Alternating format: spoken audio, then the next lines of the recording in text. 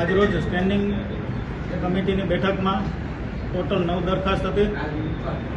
તેમાંથી એક green urban પોલિસીવાળી નામંજૂર કરવામાં આવી છે અને ક્રમ નંબર 8 અને 9 એ બંને પેન્ડિંગ રાખવામાં આવી છે. પેન્ડિંગમાં કઈ રાખવામાં આવી?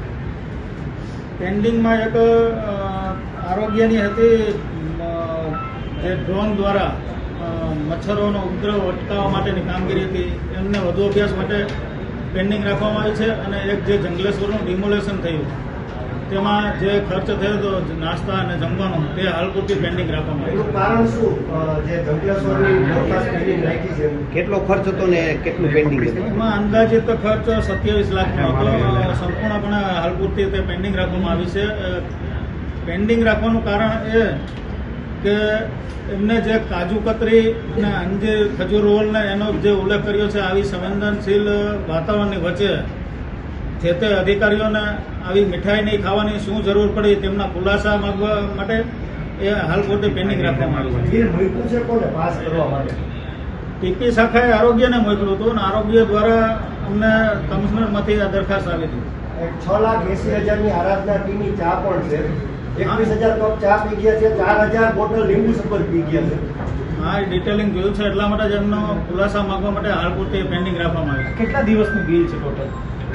ટોટલ 4 દિવસનું બિલ છે અને અંદાજિત 3500 થી 4,000 અધિકારીઓ, કર્મચારીઓના લેબરને બધા હતા. પરેશભાઈ, માનવતાની રીતે કહેજો, કૌભાંડ લાગે ને તમને?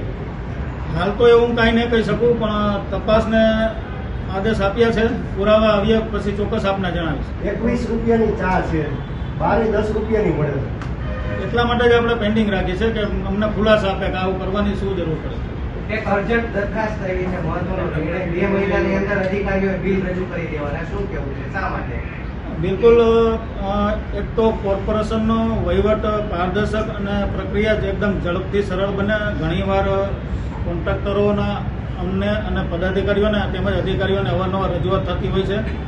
તો આ પ્રક્રિયા એકદમ સરળ અને ઝડપી બને તે માટે આ નિર્ણય લેવામાં આવ્યો છે. શું નિર્ણય લેવો?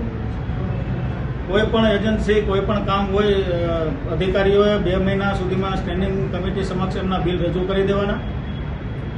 અન્યથા ન કરી શકે તો એમના યોગ્ય કારણો અમને જણાવવાના. સંકલનમાં બેસી નિર્ણય કરશું કે આ કારણ યોગ્ય છે તો એ ધ્યાને લેવામાં આવશે, અન્યથા એક પણ બિલ સ્ટેન્ડિંગ કમિટી ધ્યાને નહીં લે.